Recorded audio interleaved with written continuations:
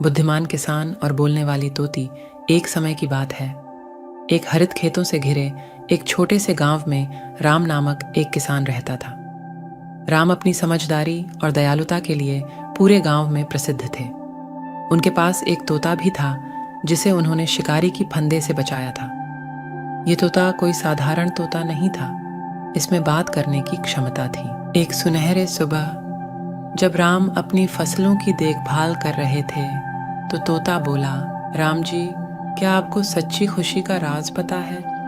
हैरान होकर राम ने कहा, नहीं प्रिय तोता, वह क्या हो सकता है? तोता ने कहा, रहस्य तो संतोष और कृतज्ञता में है। वो जो उन्हें महसूस करते हैं वह सबसे खुश होते हैं। राम ने तोते के शब्दों पर विचार किया और उनकी गहराई को समझा।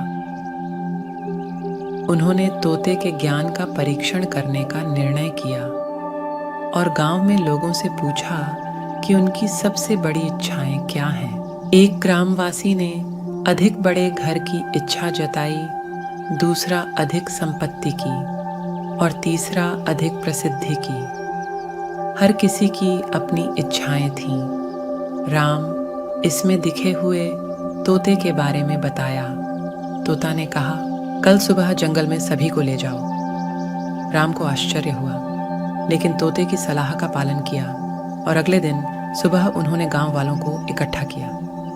सब मिलकर एक शांत मंजिल पर पहुंचे। अब तोता ने कहा, हर व्यक्ति पेड़ों को अपनी सबसे गहरी इच्छाएं सुनाए। जैसे ही गांव वाले यह करने लगे, उन्होंने एक अजीब घटना को देखा। पेड़ उनकी इच्छाओं को अवशोषित करने लगे और उन्हें विभिन्न फलों में परिणत कर दिया। वह ग्रामवासी जो अधिक बड़े घर की इच्छा कर रहा था, उसने घर के जैसा फल देखा। संपत्ति की इच्छा रखने वाला व्यक्ति ने सोने के सिक्कों से भरा फल देखा और प्रसिद्धि की इच्छा रखने रहे वाला व्यक्ति ने एक मुकुट की तरह चमकते फल को देखा।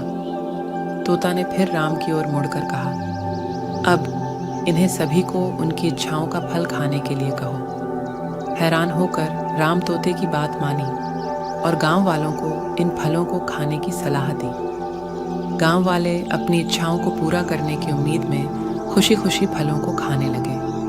उनकी अचानक ही उदासीनता की दिशा में मुड़ी। फल खाते समय वे चकराए और असहनीय रस पीने लगे। निराश वे राम की ओर मुड़े। इस अनुभव को लेकर हैरान थे। तोता जो राम के कंधे पर बैठा था ने समझाया, ये फल तुम्हारी इच्छाओं को प्रतिबिंबित करते हैं। वे शायद प्रतीत हो सकते हैं स्वीकारने योग्य, लेकिन प्राप्त होने पर वे वही मिठास नहीं ला सकते जो आप अपेक्षा करते हैं। सच्ची खुशी वो होती है जो समझदारी से संतोष और धन्यवाद के साथ जीते हैं। गांववासी तोते के संदेश को समझ गए। वे घर लौटे। तोते और किसान राम की बातों को समझकर जीवन के सरल सुखों में आनंद लेने लगे। राम और तोते ने उन लोगों को जीवन की सच्ची खुशी की महत्ता सिखाई जो उनके ज्ञान और समझदारी की खोज में आए थे। यह कहानी यहीं पर ख़त्म होती है। अगर यह कहानी पसंद आए तो मेरे चैनल को लाइक, शेयर और सब्सक्राइब कर लीजिए।